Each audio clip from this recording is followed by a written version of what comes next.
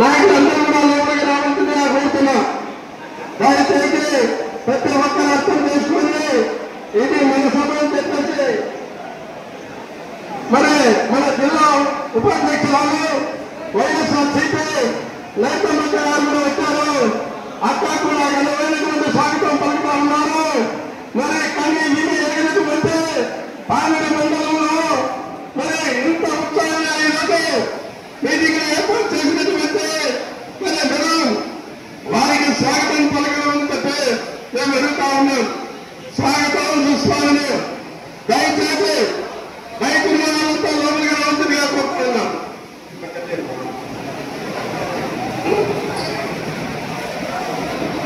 చేతుల్లో కూర్చోవాల్సిందిగా కోరుతా ఉన్నాం.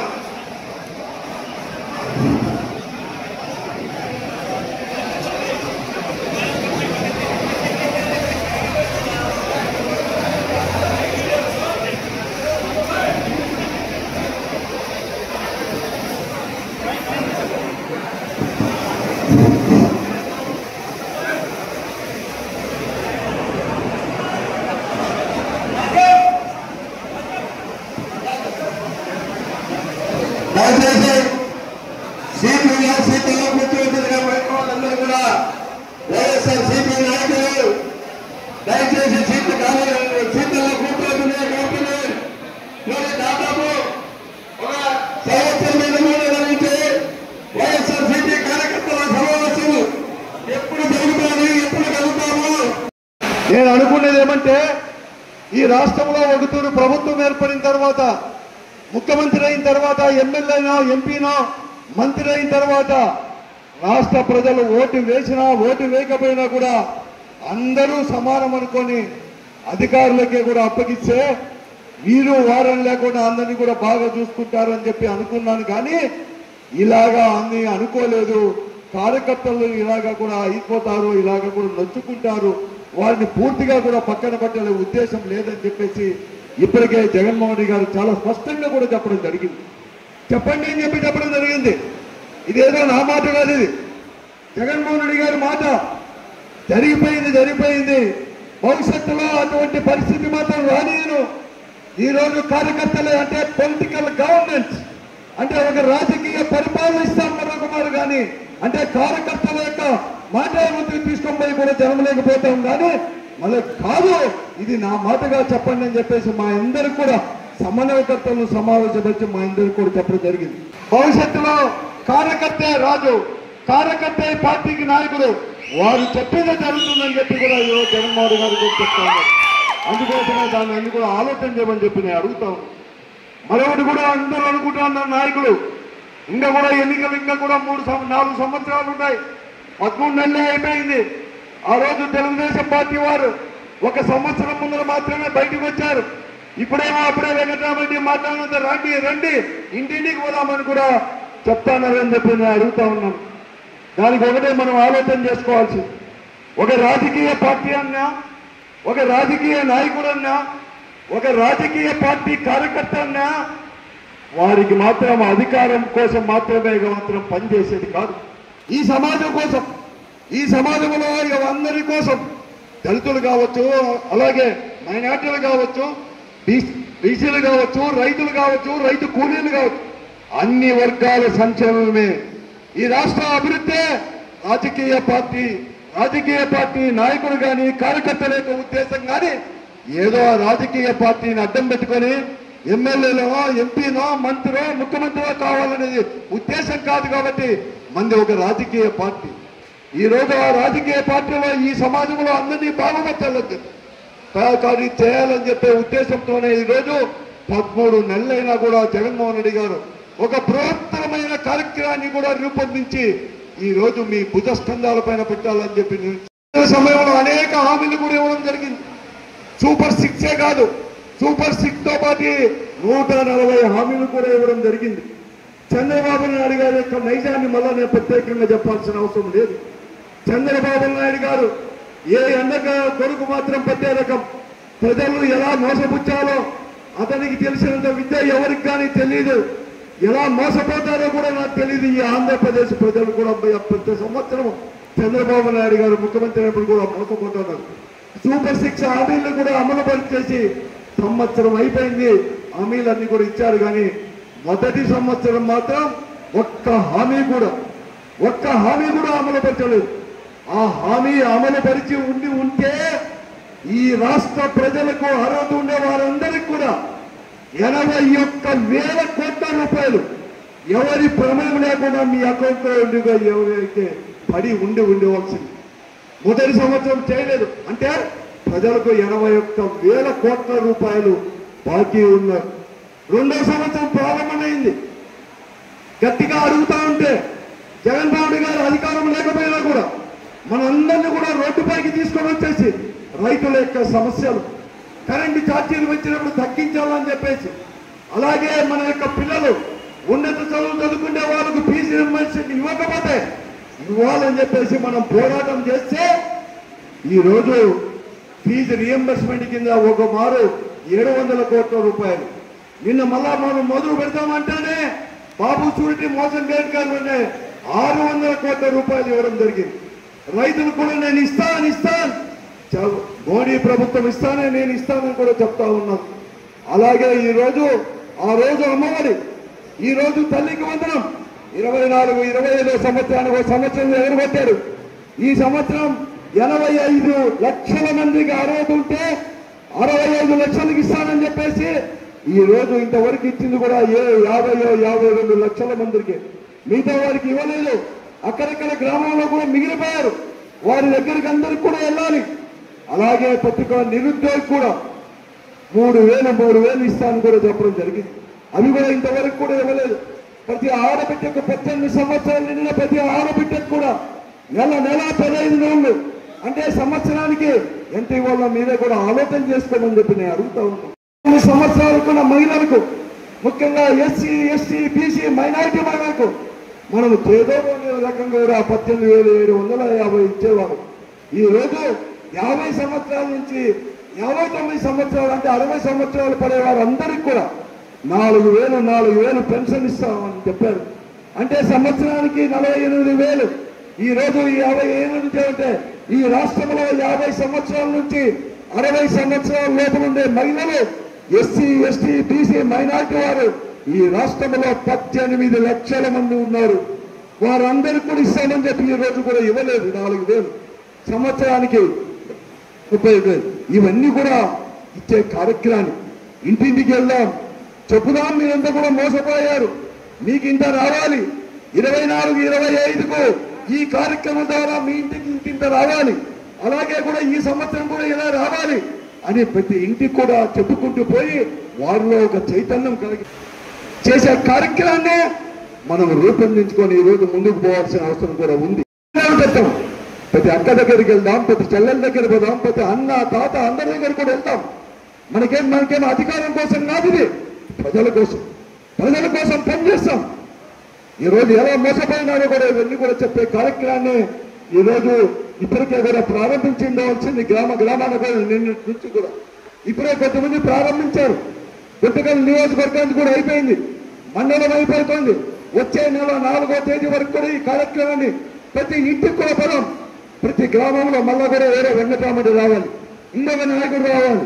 వారు రావాలని కాదు, మీ గ్రామంలో ప్రతి నాయకుడు, ప్రతి కార్యకర్త, మన పార్టీకి చెందిన ప్రజాప్రతినిధులు అందరూ కూడా ఇంటింటికి కలిసిపోయి ఎలా మోసపోయారు. ఒక యాప్ QR కోడ్ మీ వాళ్ళు ఇవ్వలేదు, ఉందేమో చూస్తాం.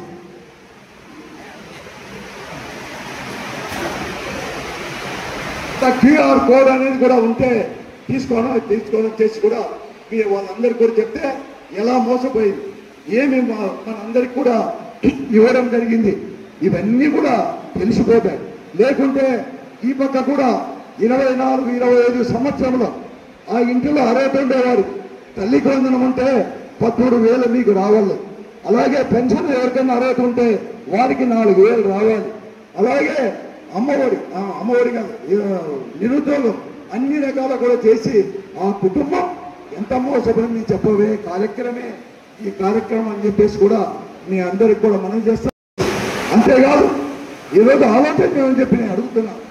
ఇప్పటికే 1,81,000 కోట్ల రూపాయలు ఈ రాష్ట్ర ప్రభుత్వం అప్పులు చేసింది. ఎక్కడ చేసింది? ఎక్కడ అభివృద్ధి చేసింది? ఏ కార్యక్రమం పెట్టింది? ఒకరు ప్రజల్ని ఆలోచన చేయమని చెప్పి మనం అడుగుదాం. ఇంత అప్పు చేస్తే ఈ రాష్ట్రానికి ఒక సంవత్సరం లోపల 1,81,000 కోట్ల రూపాయలు ఈ ప్రభుత్వం అక్షరాల. ఎవరు కానీ నేను అబద్ధం చెప్పలేదు. ఎవరికి ఇచ్చి అప్పుడైనా జగన్మోహన్ రెడ్డి గారు ప్రతి సంవత్సరము సంక్షేమ కార్యక్రమం నవరత్నాల దూపర ఇచ్చేవాడు. కానీ ఈరోజు ఈ ప్రభుత్వం మాత్రం ఇవ్వలేదు. ఎక్కడ ఖర్చు చేసింది? మన పైన అప్పు కూడా మోపింది. దాన్ని కూడా అడుగుదాం. అలాగే రైతుల యొక్క పరిస్థితి ఎలా ఉందో కూడా తెలుసు. మృగశిర కార్తు వచ్చింది, ఇంకా కూడా విత్తనం కూడా వేయలేదు. ఒక దిక్కు పక్కుంది దేవుడేమో మన పైన కరుణ లేదు, దేవూతలు ఆడుతున్నారు. ఇదిగో వర్షం అంటున్నారు, వర్షం రాలే, పదులు రాలే. ఇంకొక దిక్కేమో ప్రభుత్వం కూడా మనతో కూడా చెత్తగాటమాడుతూ ఉంది, ఆడుకుంటా ఉంది. గత సంవత్సరాన్ని ఇన్పుట్ సబ్సిడీ లేదు, ఇన్సూరెన్స్ లేదు, ఎక్కడ కానీ మన అందరికి కూడా ఇవ్వలేదు. ఈ సంవత్సరమైనా కూడా ఏమన్నా ఇస్తారంటే ఇన్సూరెన్స్ ప్రీమియం కట్టడానికి ఇప్పటి వరకు అయిపోయింది, టైం అయిపోయింది. 100కి 60% ఇంకా కూడా ప్రీమియం ఎవరు కట్టలేదు. అదే జగన్మోహన్ గారు ముఖ్యమంత్రి ఉంటే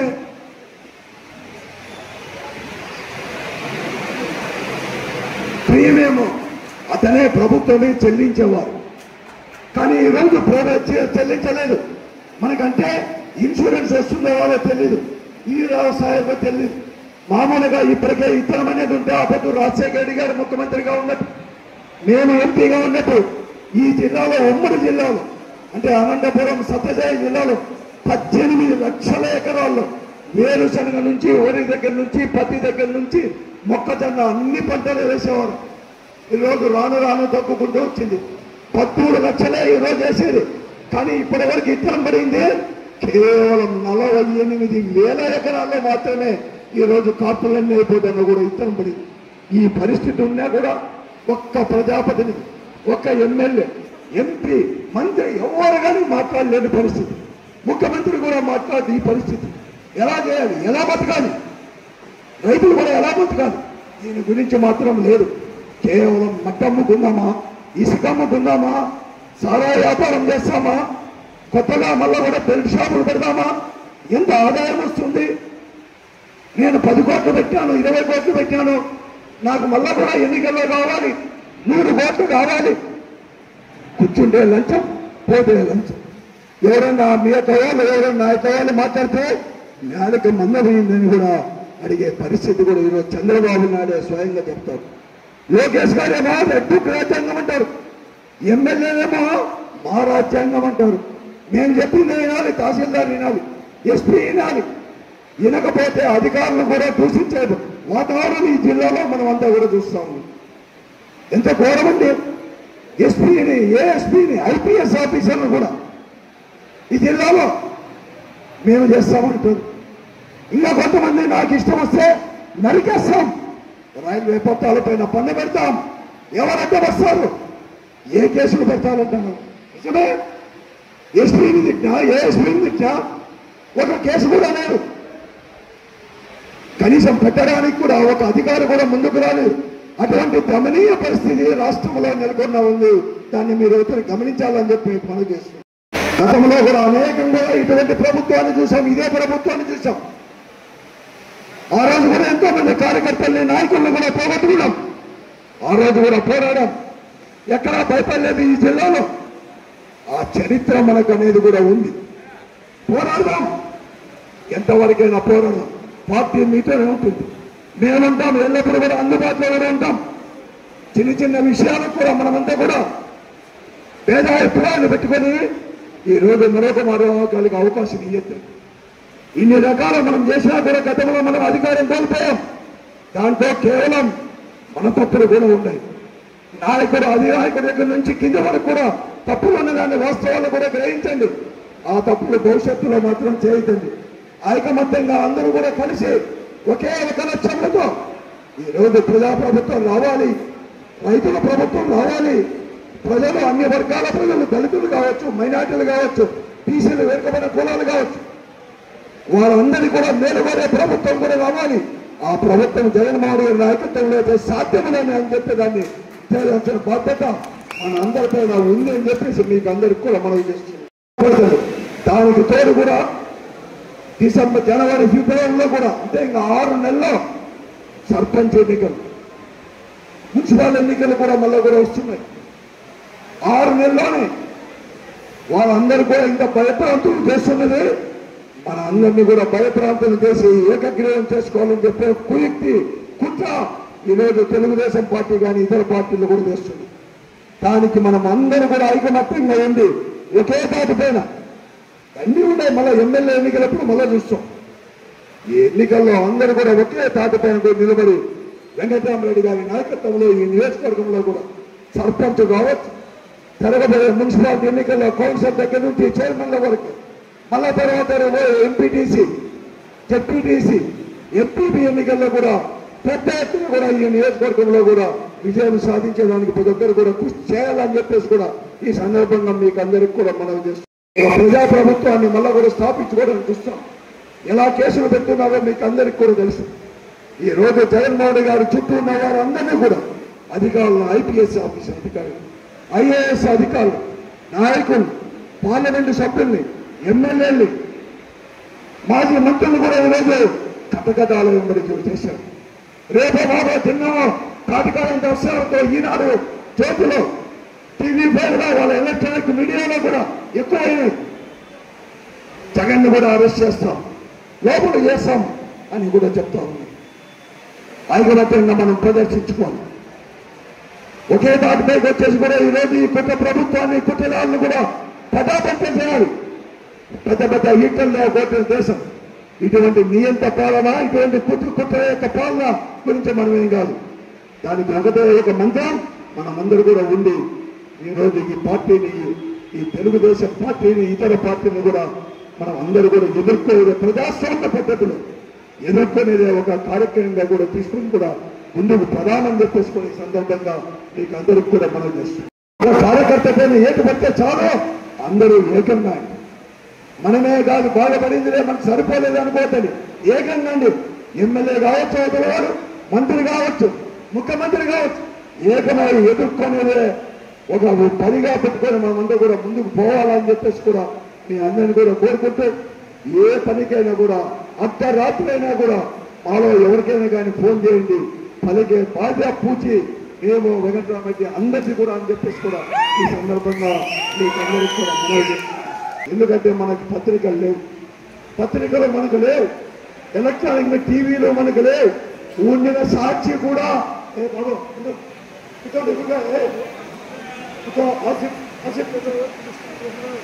మనకు ఉండిన సాక్షి పత్రిక కూడా సరిగా రాయదు. మనకు ఉండేదంతా కూడా కార్యకర్తలు, సోషల్ మీడియా, గొంతు, కార్యకర్తలే గొంతు. అందరూ కూడా పదాం, మన గొంతును విప్పుదాం, గట్టిగా మాట్లాడదాం, అన్యాయాన్ని ప్రశ్నిస్తాం, గట్టిగా ఐకమత్యంగా అందరం ముందుకు పోదాం. మనమే కూడా జనానికి మన సమాచారాన్ని తీసుకొని పోయి కార్యక్రమాన్ని కూడా కార్యకర్తల యొక్క భుజస్కంధాల పైన వేసుకోవాలని చెప్పేసి మీ అందరినీ కూడా కోరుకుంటూ